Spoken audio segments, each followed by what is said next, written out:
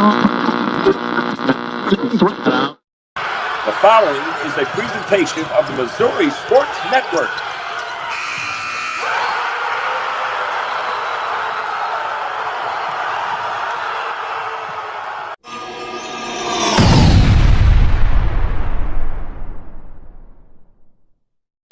Hey, good afternoon, everybody, and welcome to the inaugural show of Drive Time Live Sports Talk here on the Missouri Sports Network, MissouriSportsNetwork.com, where everyone has a home field advantage. Certainly glad that you've tuned in. As always, the Missouri State Highway Patrol reminds us to take that 3 seconds and buckle up. It's 3 seconds that could save your life. And we'll let you know we are live, so you can call or text the show at 417-327-6914. It's 417-327-6914. My name is Guy Newcomb, a.k.a. the Scoreboard Guy, alongside Alan Hilliard from Alan Hilliard Sports. And we are certainly glad that you've tuned in. And, hey, do us a favor. Hey, go to our Facebook page at Missouri Sports Network and then like us. Go to our YouTube channel and subscribe and follow us on Twitter at Scoreboard Guy and at Missouri_Sports. As I mentioned, this is the first show of hopefully will be many here. And I know a lot of you have reached out, and I've heard from several of you, maybe 100, that you really miss Drive Time Sports Talk locally here in Missouri. There are some places you can get it in Kansas City, maybe even in St. Louis, but in Southwest Missouri, there's not been anything since Art Haynes left the airwaves. They did have some folks fill in for them at that time, but I think their rating was -1. And you ask, how can they be a -1? Well, they found 2 people that didn't have a radio. They said if they'd have gotten a radio, they still wouldn't have listened. But, Alan, how are you tonight? Oh, I'm doing great tonight here. I'm trying to get the screen share figured out, but other than that, I think I have it figured out. It's been a beautiful day today. It has been, and it's the weather's kind of been up and down, and I just for this time of year, here it is, January the 5th, and I'm coming home from the Springfield area tip-off club today. I got to turn my air conditioner on, and just such a difficult prospect to go through. But I wore short shorts and a polo shirt down there, and we had a great turnout. Not as well as what we have done in the past, but for the first day back after the holiday break, we did have, Willard head basketball coach J.J. Adamson was there to speak, as was Mitch McHenry from Kickapoo and Brian McTagg from Glendale. And then Southwest Baptist University head coach Aaron Niven was alongside as well. But with the introduction today of the new Missouri State University football coach, a lot of folks that normally are there, including Art Haynes and Bill Rowe, Corey Briggs, Tom Mass. Those folks were over at that event. But anyway, we are certainly glad that you've tuned in. And Alan, what was your holiday season like? I'm sure much like mine, it was a lot of basketball. It was for about a week there, 4 games a day of basketball. So it was like a lot of basketball. The Rowell Holiday Tournament did some games down in Mountain Grove for the girls tournament, and did some other games along with that. So it went quick, but it was fun. As you look at all the tournaments around the state, had the Coaches versus Cancer up there at Maryville University in St. Louis.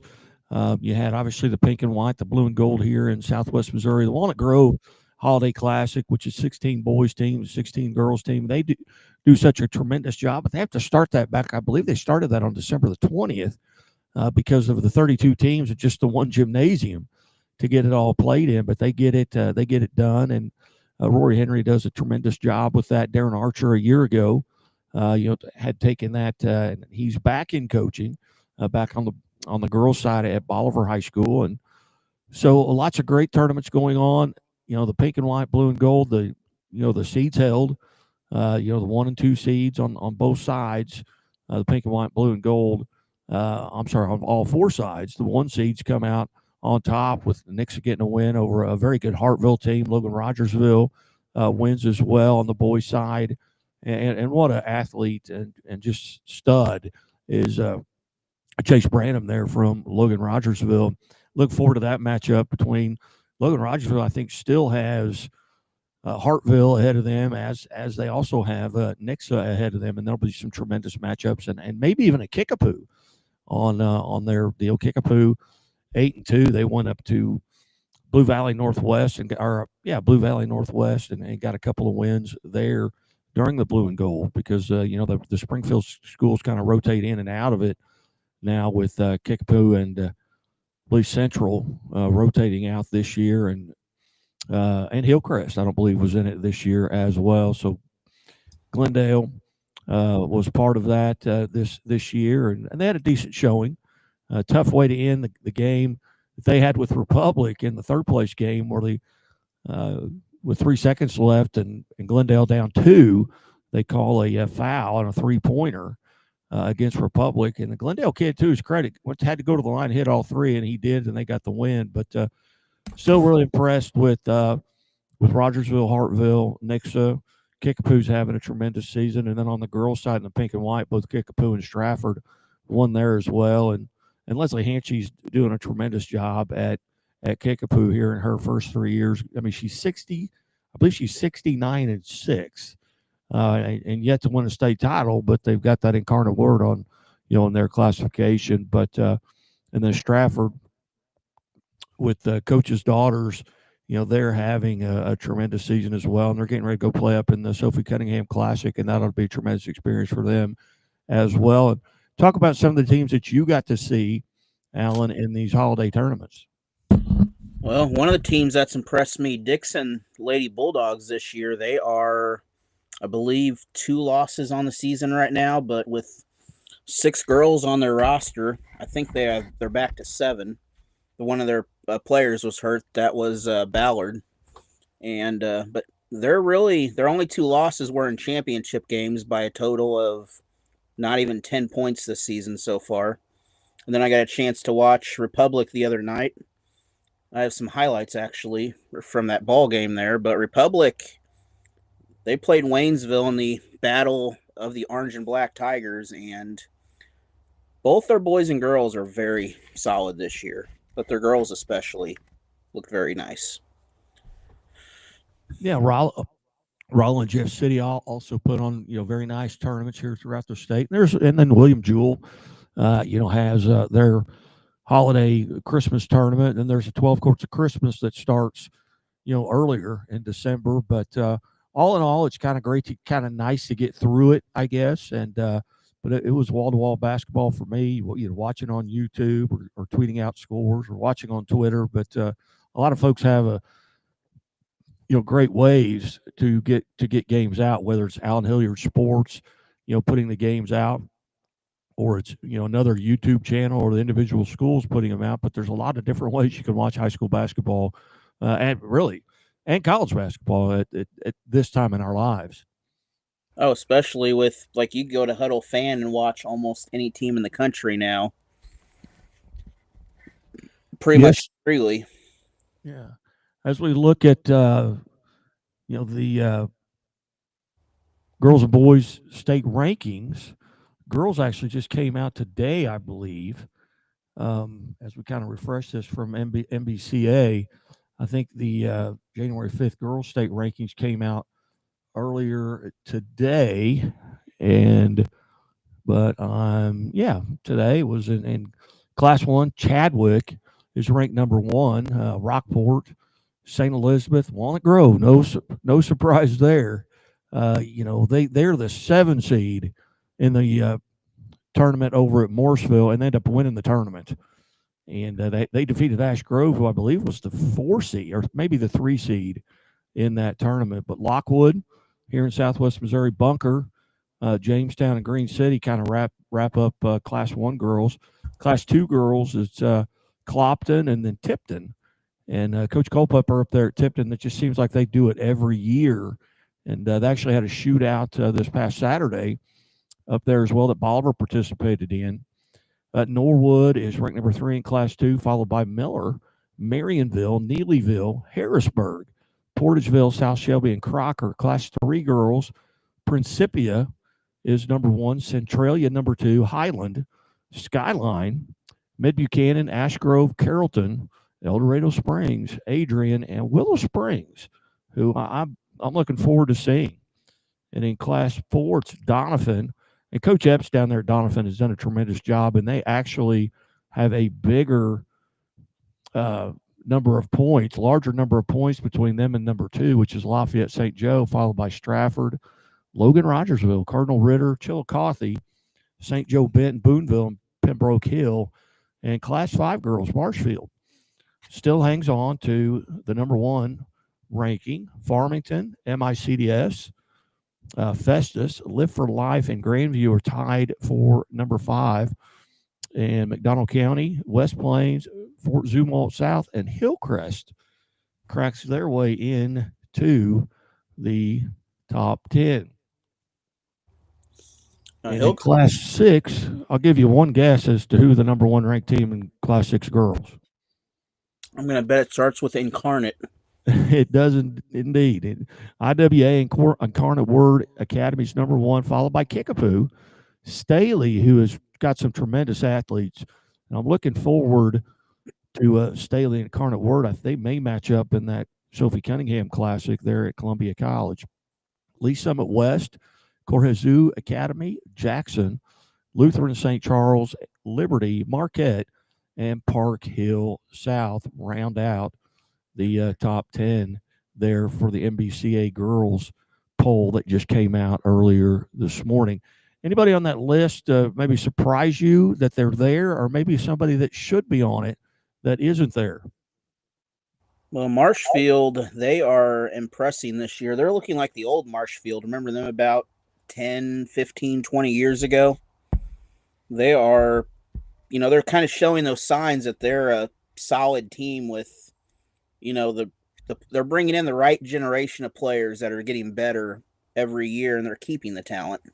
And then Kickapoo, of course, they're always a solid team. Their biggest, hurdle they have every year is Incarnate Word, I think, in the state playoffs, if they get to that point. Yeah, I don't know. I haven't looked at how that would all fall, but if they've got to match up with Staley, that'll be a tough matchup for both teams, Kickapoo and Staley.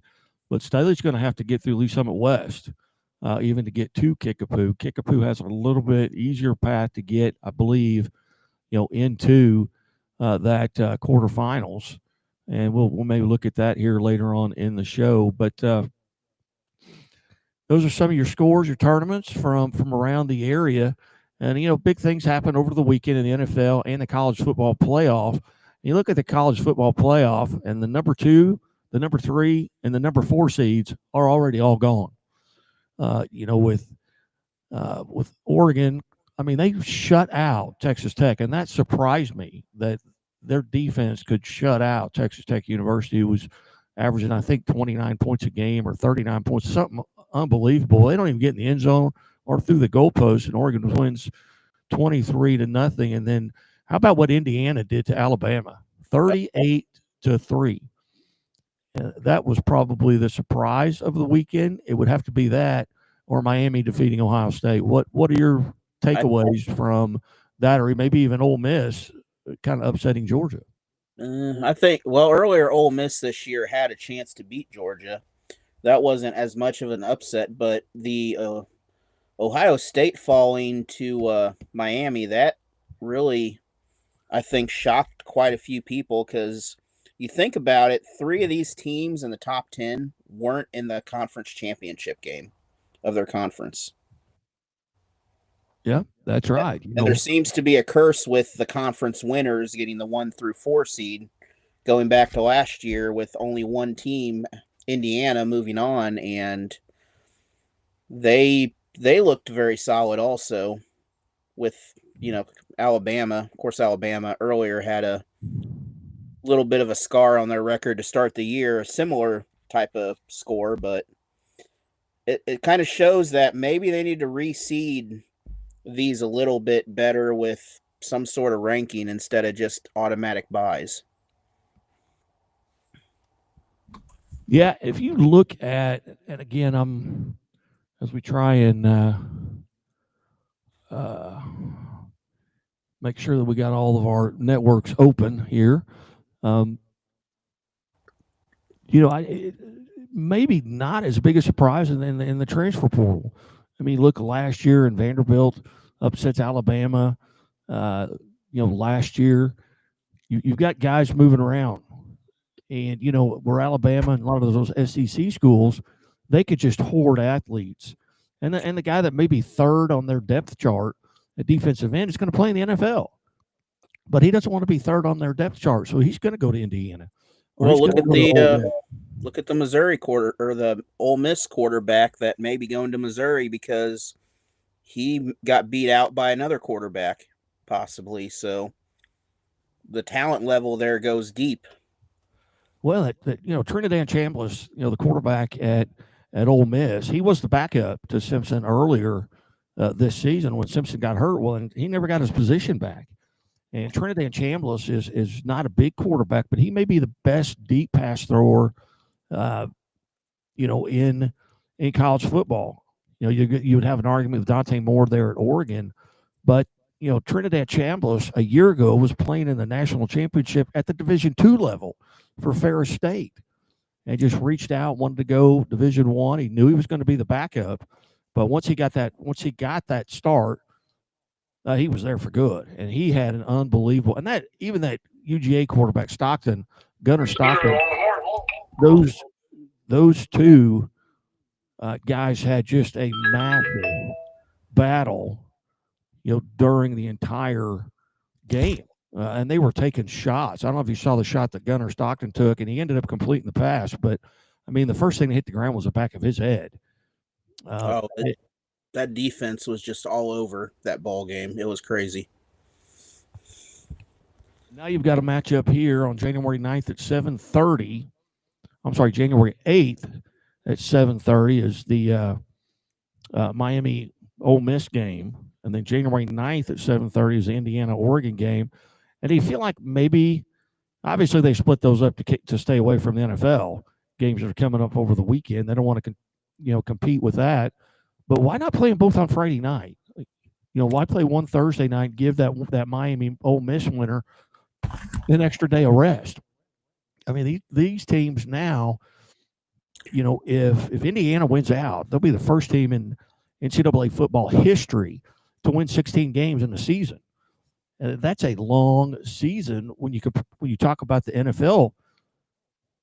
Players are griping because they got to play 17 games. And they're much more mature physically, and yet we're expecting these college kids, to play 16 games in a season, and there's just so many days between games that they need to back stuff up. And then, of course, the portal opened up last Friday, which is ridiculous because there's still teams playing. You got guys right now on these four teams that are still alive that may say, hey, I'm going to the transfer portal, and the coach said, well, you're not playing. If you're going to do that, or I'm going to the NFL Combine, I'm not going to play. But I think right now, with it being the national semifinals, I don't think you're going to have guys backing out of these games here. But who do you like here? You've got Indiana, Oregon, and you got Ole Miss and Miami. What are your thoughts on those two games? I'm thinking that's going to be a close game, but the way I'm liking Oregon out of that ball game. They showed a lot of offense there. Indiana, they showed really good defense, so that could come down to the wire. But I'm thinking Oregon in that, and then on the other side, the way Miami's playing, I would say they've got a very good chance at beating Ole Miss here. But Ole Miss, the underdog coming in. They weren't. I don't think Ole Miss was expected to be there as much with them playing Georgia last week. Yeah, we had Miami in the same case. Miami's defense is just so good, and defense travels. These two teams have not matched up. Where in Indiana, Oregon's case, they matched up back in week 2, I believe, or 3, and Indiana, it was at Oregon, and Indiana won that game. But it's awful hard to beat a really good team twice in a season. And I know it's on a neutral field, but that's going to be the game. Both these games I think are going to be tremendous, and watch both of them be blowouts. because I didn't think Indiana would blow out Alabama, but that's kind of a changing of the guard there at Alabama and in the SEC, and it's due to the transfer portal because they used to be able to stockpile kids at these positions, and they couldn't go anywhere. And now they can go somewhere, and they're going to go somewhere where they can play. But you have kids playing at 4 different schools in 4 years now, going to whoever the highest bidder is of NIL money half the time, it seems like. Yeah, you know what's crazy is there's no salary cap. Like there is in the NFL or Major League Baseball or the NBA, there's a salary cap. I mean, you could literally get a mega billionaire going into a university where they graduated from and give a player $25 or $30 million just to come there to play. Well, and the thing with the Ole Miss quarterback right there, he's coming in as a graduate student with a couple years eligibility. So what's stopping him from making another $5 million from, I mean, I don't know. I don't think Missouri has quite that budget of their NIL money, but what's stopping a school from coming in next year and saying, hey, we'll give you $2 more million over what you just made last year? Oh, absolutely. Freaking-lutely. We have some NFL games to get to over the weekend, including the Chiefs playing their final game, and what a sloppy game that was. No team scores a touchdown. There's, 6-7 field goals hit and a safety, and the Chiefs get beat 14-13. But we'll talk more about that and the Chiefs when we come back after this commercial break. You're listening to Drive Time Live Sports Talk. Be back after these messages. There's a reason Chevy is called the heartbeat of America. The heartbeat's strong, steady, unwavering. Like the people who keep this country moving. Doing what they do best. Helping neighbors, pitching in, getting it done.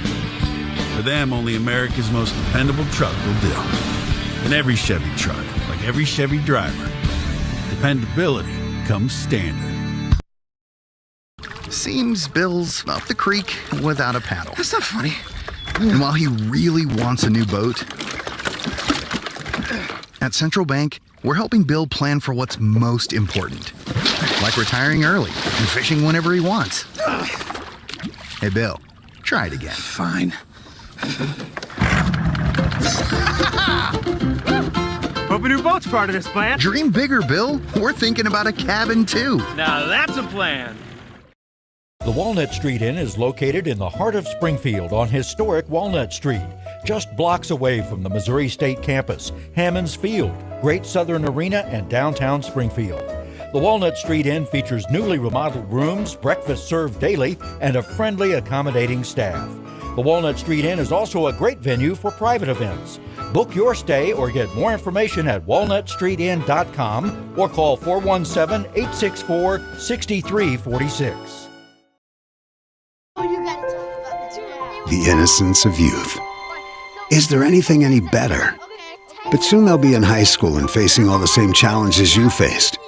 How to make friends, how to fit in, how to be cool. We want our children to have everything they'll need to live fulfilling and productive lives. Make sure the kids in your family are among the more than 290,000 participants here in Missouri who take part in high school sports or activities. Hey, welcome back to Drive Time Live Sports Talk here on the Missouri Sports Network, MissouriSportsNetwork.com, where everyone has a home field advantage. Presented by Doak Propane for all your propane needs in Polk County and surrounding counties. See the folks at Doak. Also presented by the Bank of Billings, established 1889, the oldest bank in Christian County, with 2 locations to better serve you, one in Billings and one in Marionville. Guy who come alongside Alan Hilliard from Allen Hilliard Sports.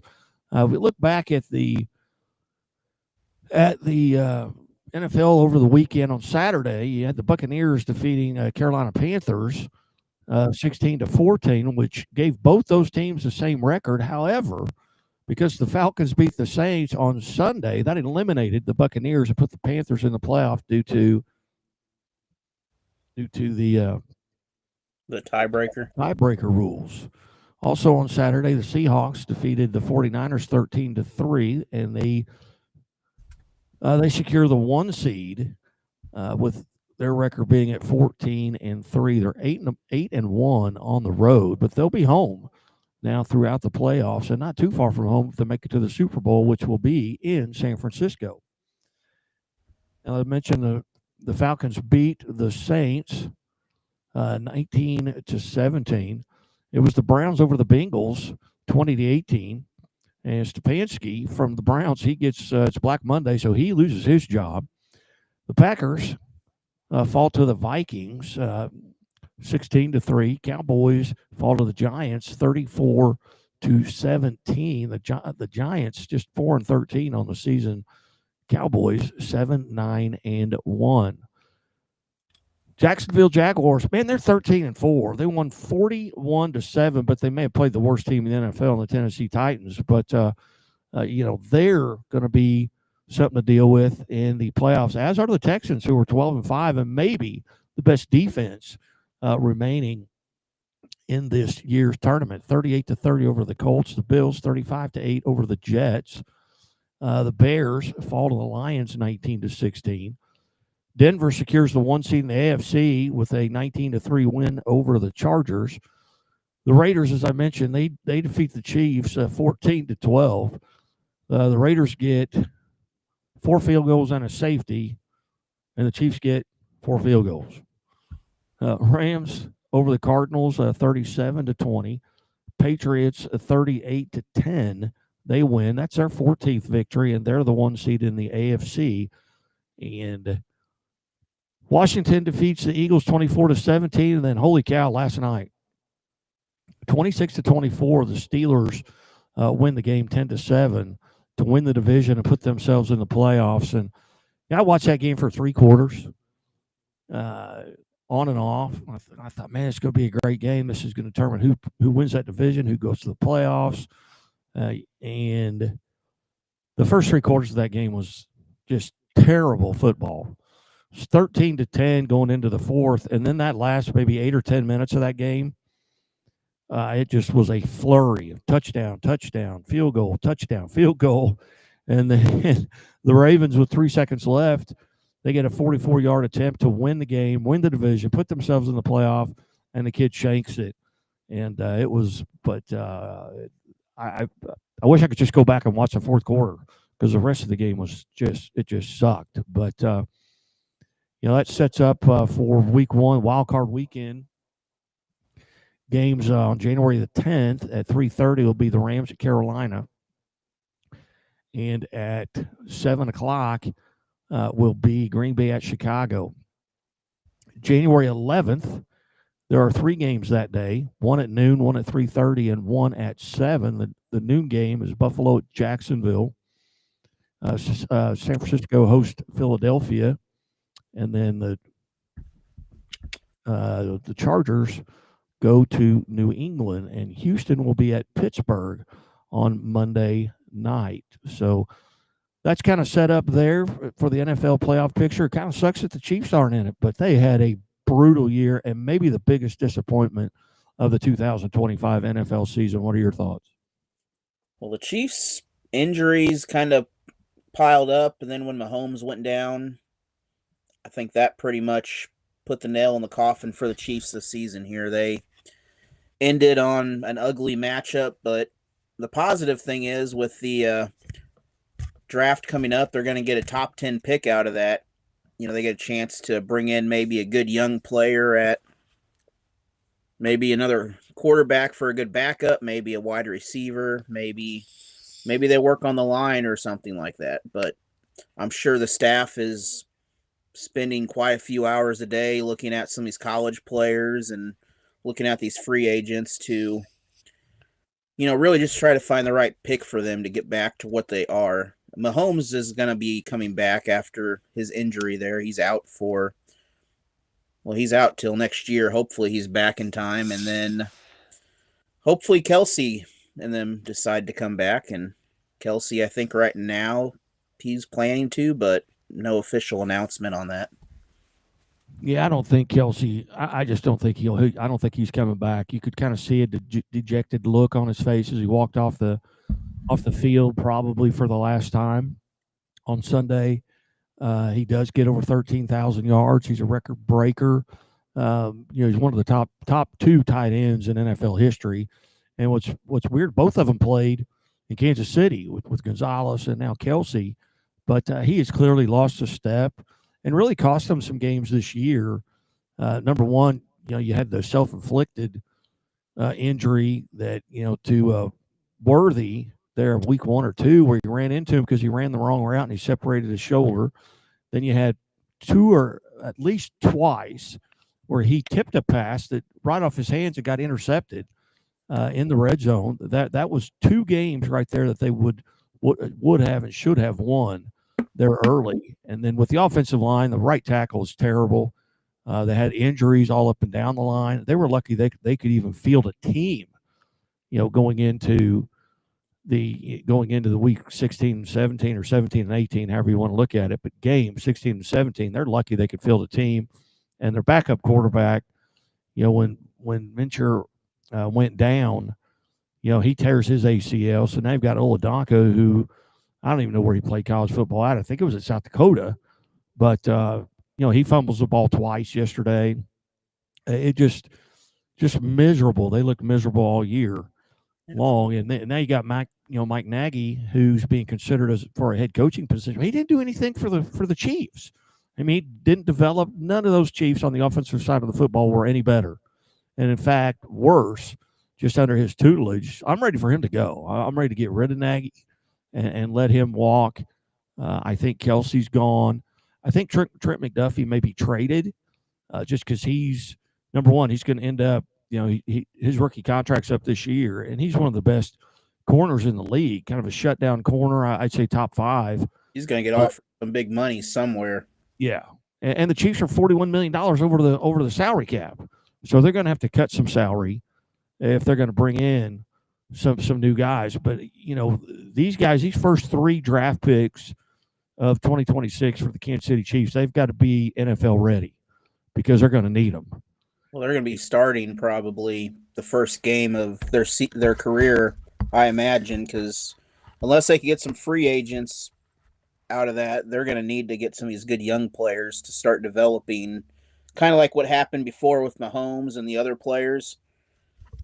Eventually, they're going to get old, and you're going to start getting injuries and start losing players. And coming into it with Worthy, then you had the 6-game suspension to the other wide receiver, but you had Hollywood over there, and he didn't do much for him this year, and he's got to be gone too. I mean, he's older. I mean, he's a tremendous wide receiver in his prime, but he's not in his prime. He needs to find something else to do there and another team to play on. But if he's on the team next year, the right tackle couldn't figure out how to line up on sides.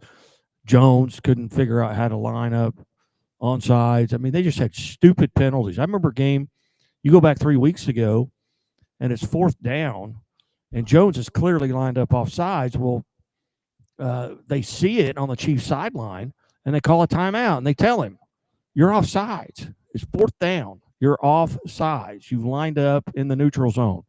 They tell him, he goes back out. They snap the ball. He's lined up in the neutral zone again. He gets offsides to get a first down on an offside. I mean, that just stupid stuff like that. Just the epitome of what went on with the Chiefs all season long. And you got to lay a lot of that at the foot of Andy Reid. Not being able to control that discipline, so to speak. But I was super disappointed, and I believe they are by far the most disappointing team in the NFL this year. Yeah. Well, talking about close games, the Chiefs lost to the Raiders by 2, a touchdown to the Broncos, 3 points to the Chargers, 3 points to the Cowboys. They lost by 3 to the Colts. They lost by 4 or 3 points to the Broncos again. And that's just some of their close losses right there. You turn that around, they're still they're still in the playoffs if they win. Those games come out on the opposite side of the coin toss. But penalties, like you said, penalties and injuries start to add up, and one little mistake and you lose a football game.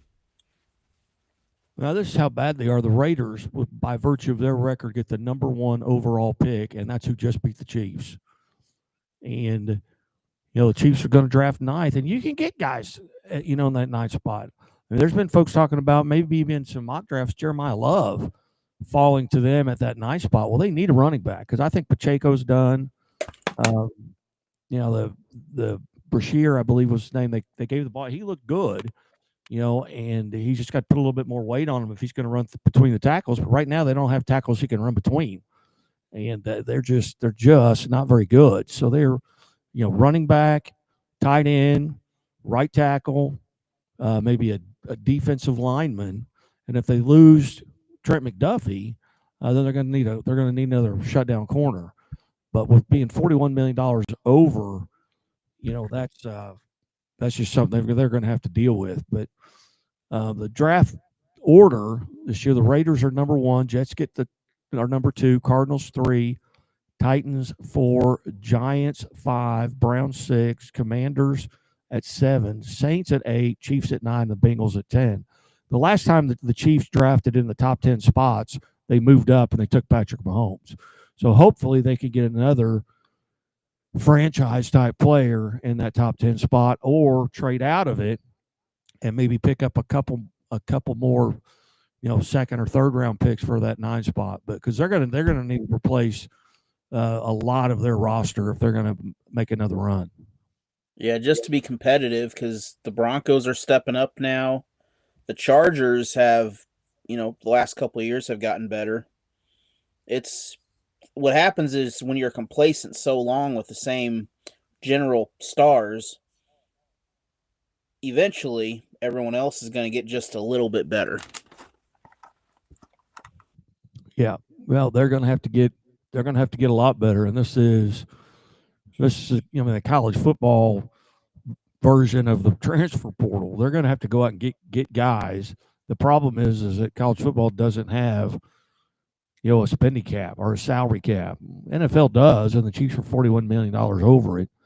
And for being $41 million over the salary cap and having a losing record, I think that's a shame. But that, in Andy Reid's defense, so to speak, maybe one of the greatest coaches of all time, this is his 4th losing season. He's been to more Super Bowls, 6, than he's had losing seasons. So got to cut him a little bit. But he has won more Super Bowls than he's had losing seasons. Yeah. Yes, indeed. But, hey, coming up on the quarter hour here, we're going to take a step away, take another timeout, and we will be back after these messages here on the Missouri Sports Network, MissouriSportsNetwork.com, where everyone has a home field advantage. Things are a little tight for Terrence right now. But they won't be for long, because Central Bank makes it easier for customers like Terrence to dream bigger. More room would be nice. With mortgage solutions that can open the door to more space. That's what I'm talking about. For his growing family. Growing family? Honey, guess what? You got this, buddy. Unplug and unlock. Road trips on easy mode. And a really big touchscreen for the biggest jams. And qualify for up to $7,500 in tax credit with the Equinox EV. Unlock the tech and the value. With the 2025 Equinox EV, America's most affordable over 315-mile range EV. And Chevrolet, together let's drive. Whether your day starts early or goes late into the night, brings the discovery of something new, or just the work of getting it done, it's all easier with a little help. At Great Southern Bank, we understand the importance of having a trusted, reliable support team who can offer you helpful resources and smart options to make the most of what you have and build on it, with possibilities that inspire you to keep going. Find your support team at GreatSouthernBank.com. Great Southern Bank, understanding what really matters.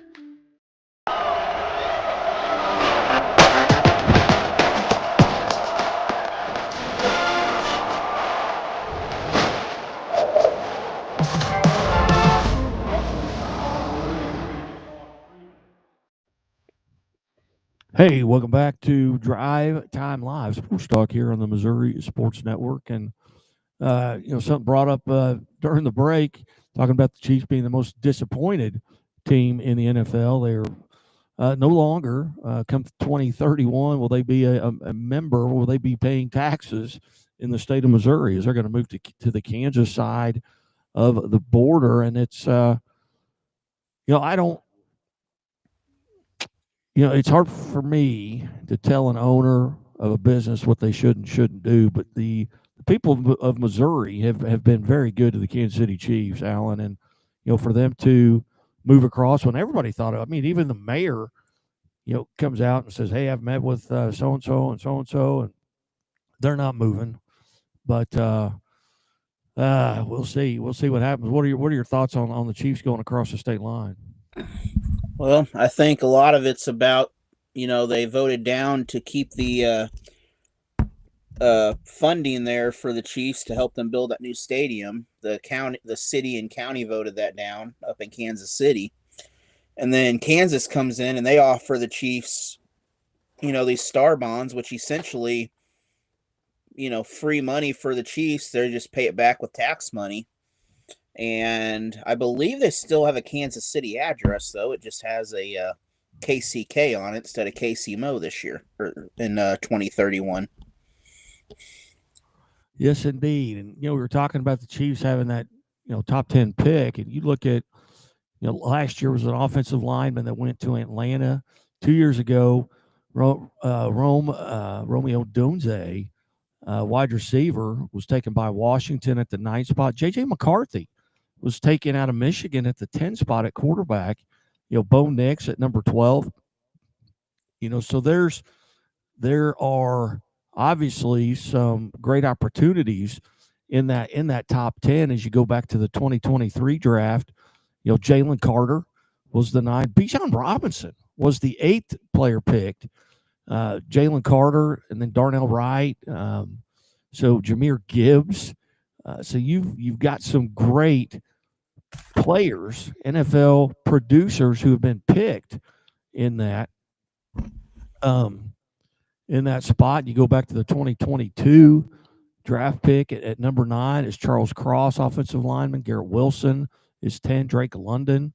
Chris Olave, out of Ohio State, was wide receiver, and he was taken, at the 11th spot. Jameson Williams, another wide receiver.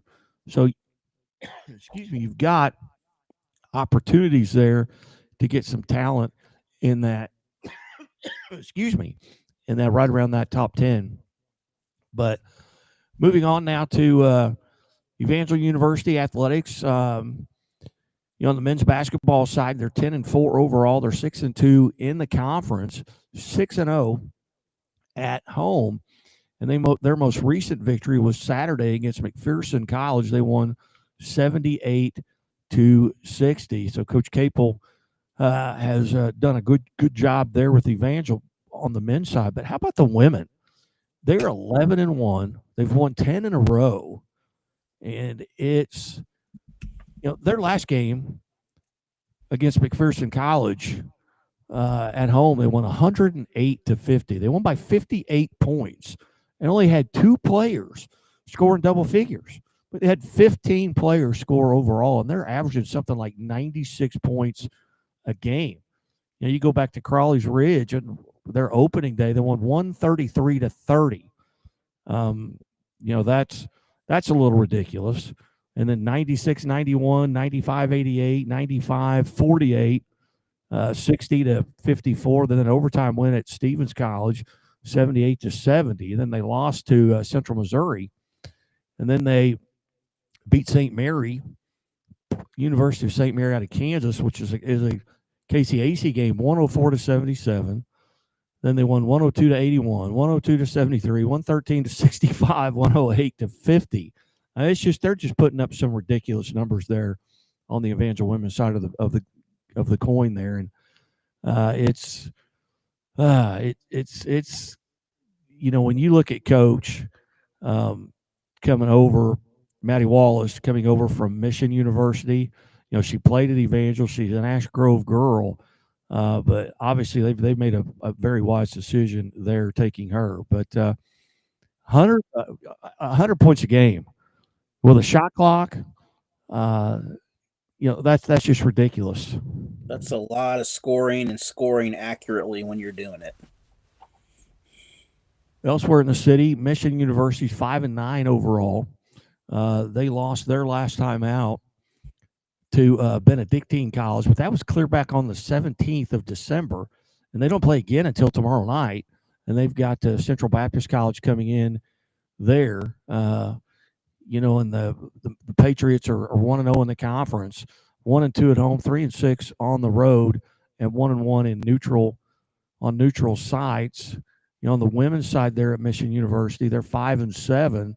They've lost 2 in a row. They're 1-1 in the conference currently.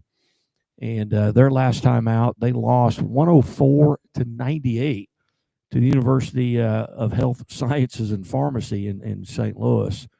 And on the women's side at Missouri State University, the Lady Bears are 9-5 overall. They've won 2 in a row. They're 3-3 at home. And last time out, they won 80-69 over in a Conference USA game at FIU. And they've got Kennesaw State coming in here on ladies' night, and that's Thursday, January the 8th. And I looked up, Cayman Beckham-Myers had 39 points in her last 2 contests, and she's leading Conference USA in scoring per game at over 18 points. And she's eighth in the conference in rebounding from the point guard position. But Cayman Beckham-Myers kind of put them on their back, similar to what Casey Garrison did, 20 years ago, when she was there, or 18 years ago, whenever she was there. But Cayman Beckham-Myers a lot like Casey Garrison. But, it's a lot of fun this time of the year. You're starting at the high school level and the college level. You're getting into conference play right now. Districts, seed meetings are going to come in there as well, because you're going to have matchups with teams that are likely in your district when you're playing conference schools. A lot of those conference schools will be in your district. Any games coming up on the schedule that you're looking, particularly forward to? Well, I know we have some COC games that are coming up here. The Waynesville, I cover a lot of Waynesville there, but the Waynesville Lady Tigers, they're going to wind up facing, I believe, Oak at some point in the next few weeks here. But they got the St. James tournament coming up with some pretty good schools in that, including the St. James Lady Tigers, which is having a good year this season. They're coming in, I think they're just outside of the state rankings this year, but they have a few losses on the season. In Waynesville, they go Thursday to Webb City in a rematch where Webb City won that over the Christmas break. But the COC conference, you read out the state rankings in there, and there is probably 5 or 6 teams that are state ranked on both sides, boys and girls basketball. Yeah, you'd look at, I'm just looking at districts right now, and in that District 2, which is where Waynesville is, boys and girls, that district will be on the girls' side, I believe, on the boys' side, will be hosted at Marquette, and they may host boys and girls, but Waynesville is there with Rolla, and Rolla on the boys' side is having a tremendous year. And it'll probably be between Rolla and Eureka on who's the 1 seed there, but then you drop down. No, the girls are in Springfield in that district, though. The boys are in St. Louis. Yeah, Waynesville, that's what I'm saying. Oh, yeah. Where's Waynesville girls go? They're going to Springfield. They're in a different district. Oh, why? Okay. I don't know. It's the magical wanderings of the world. Well, that's just mission for you because you're sending your high school teams, your boys team one direction, 110 miles to the east or to the west, and your girls 110 miles to the east. That's 220 miles. How are these parents going to watch these games? Well, besides playing alternate days, I don't know. I mean, I would think that you would find a place in the middle, closer to Rolla, Waynesville for everybody. But I guess however the math works out, that's how the numbers fall, and that's kind of the magic of it all, I guess. I don't make those decisions, so I'm sure there's a formula for that. Yeah, let me look and see if I can find. No, won't be able to do that. But anyway, you got to drop all the way down to District 5 on the boys' side before you get to the Springfield schools. Kickapoo is the host, but that's going to be a brutal district. Glendale's not playing poorly. Nixa obviously is just Nixa every year. Republic is good. Ozark had come around a little bit. They've got the Pickering kid who I think will get close to 2,000 points in his career this year. Neosho, Republic, Neosho, Joplin, Glendale, and Branson's playing well. So that's going to be a tough district. Then you drop down into the Class 5 districts on the boys' side, and you have the likes of, locally, District 5, that's where Camdenton, Capital City's the host there, but that's Father Tolton, Elias, Jeff City, Lebanon, Union, and Washington. And then District 6, which will be hosted at Willard. And Willard's having a good year. J.J. Adamson, the head coach at Willard, was at the luncheon today, and he spoke. Marshall's in that district. They like to get up and down the floor. Hillcrest is having an outstanding year. And Webb City. Springfield Central's also with Carl Junction, McDonald County, and Parkview. But those teams are kind of having some down years there in District 5. So that's kind of up for grabs, I think, with, maybe Willard having the upper hand there. And then you get into the District 4 here locally in Southwest Missouri. And you've got, a District 9 that California's the host, and that's where Blair Oaks is. And Blair Oaks is good. They're going to be the 1 seed there.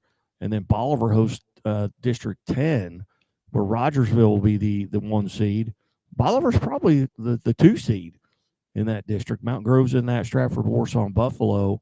But then Logan Rogersville, to get back to a quarterfinal game, they're going to have to beat Blair Oaks. And then they're probably going to have to beat St. Joe Benton before they can even get to Vashon. And then District 11, there's a lot of Class 4 teams. District 11 is at Hollister with Aurora, Clever, Forsyth, Hollister, Reed Spring, and Springfield Catholic. And don't know much about that district. Forsyth, maybe. The favorite there on the girls' side, Reed Spring, is having a tremendous year in that district. And then District 12 is at Nevada, which is Cassville, East Newton, Monette, Mount Vernon, and Seneca. But Nevada is likely the favorite there as well. And we're still, a ways out from seeding these districts, but it'll be a lot of fun down the stretch. What have you got on tap for you this week coming up for you? The first full week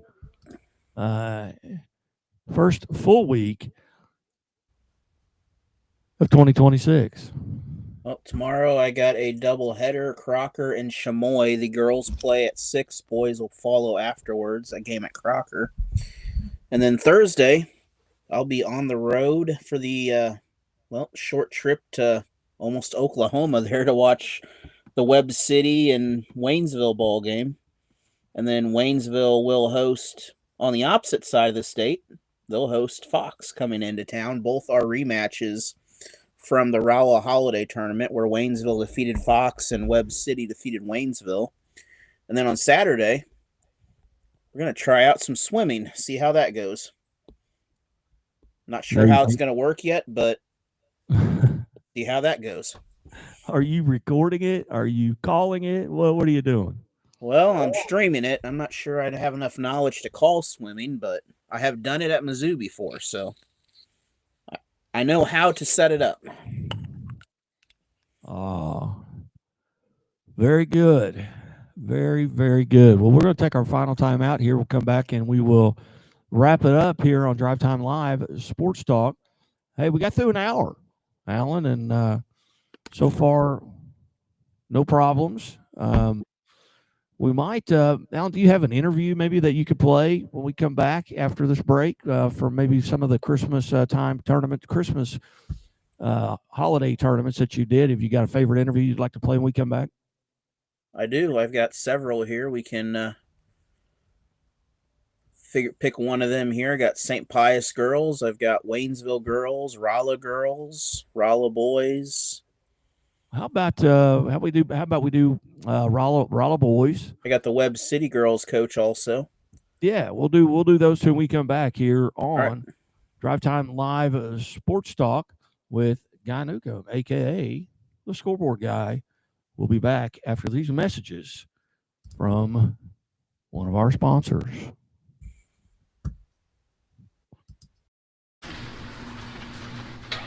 Any given Saturday. And a little work.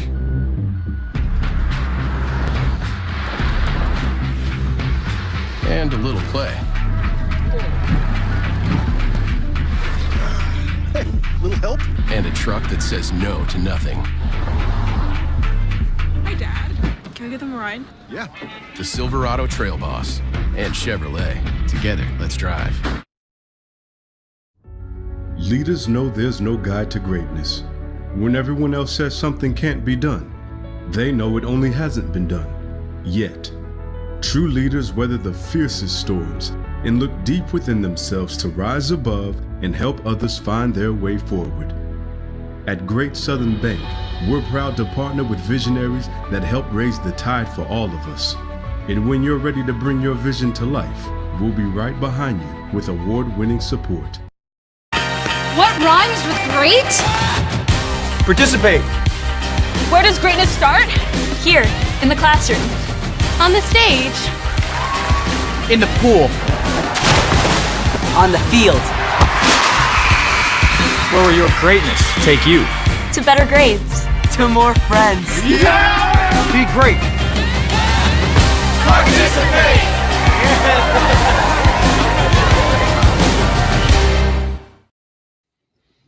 Hey, welcome back to Drive Time Live here with Guy Newcomb alongside Alan Hilliard. And I've got this set up. Alan, you might set up this interview. Who are we going to be hearing from here? First, this will be the Webb City girls coach here, a great person here. Talked to him last year, and they came to Waynesville, kind of an off, like a Wednesday game. This year, it's a Thursday game like you normally would get, but talked to him during the Waynesville girls game against St. Pius that they had. And it's about 6.5 minutes here, so we'll see if we get this going here.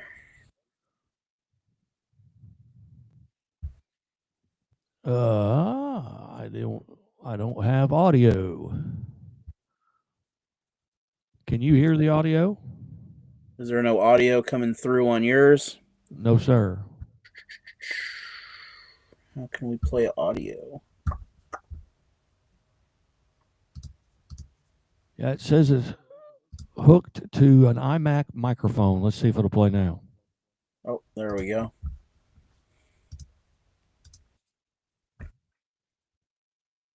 How about that? Is there audio coming through? There is not.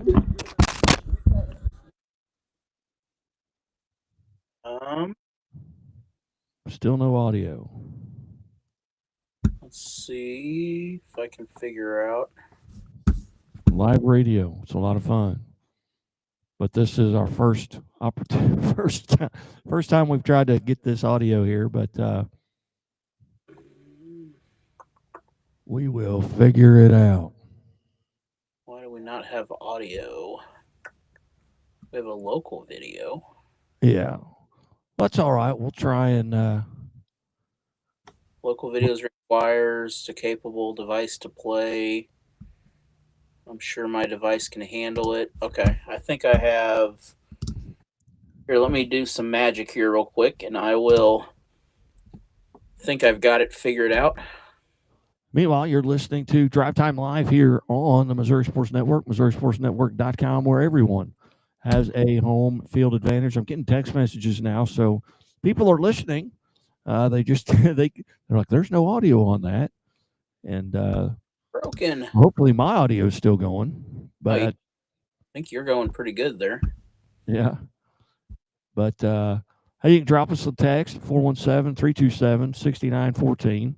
Or you can, at some point, we're going to hook the phone lines up here as we get more used to this, and we'll start taking calls here as we mess around with this Drive Time Live here on the Missouri Sports Network.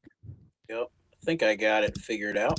All right. We'll play the audio from the interview with the Webb City coach here. As you mentioned, the technology here, getting all this sorted out. You know, and I probably have this, but let's see here. Alan Hilliard. And we are back here again. We have the Webb City coach up here joining us. And, Coach, you made the long trip up here. You picked up a victory earlier today against Fox. Yeah, it was about a 2-hour, 45-minute trip, all highway, but it was good. We thought this would be a great opportunity to play some teams that we typically don't see. So, and that was a matchup that you probably would never see because both teams are touching two different states on the opposite ends of Missouri. That's a good way to think about it. I knew where Fox was, but I had a lot out of my parents that didn't have a clue, and my girls really didn't know where it was. So to get an opportunity to play a different style and someone else that we probably will never ever see again, it was good for our program. Now this is the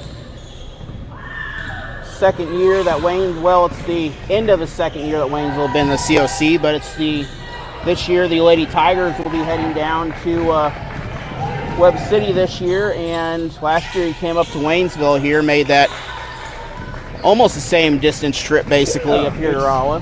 And that was a makeup game. If you remember, our original date got snowed out, so we come a couple weeks later, and we came down on a Tuesday, which was made for a longer week. But yeah, so we had an opportunity to make that drive, and on the way home, it's always a good thing because we can stop at Buc-ee's. Oh, did we break it? What happened there?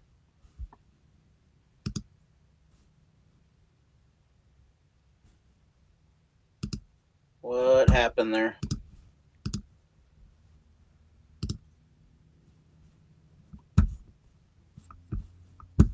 Oh.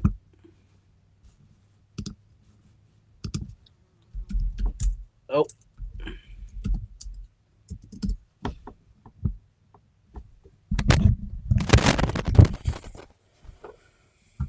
Oh.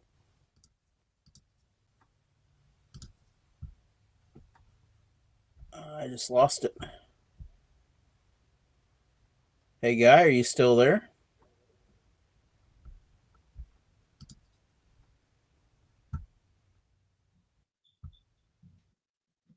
All right, we're going to go and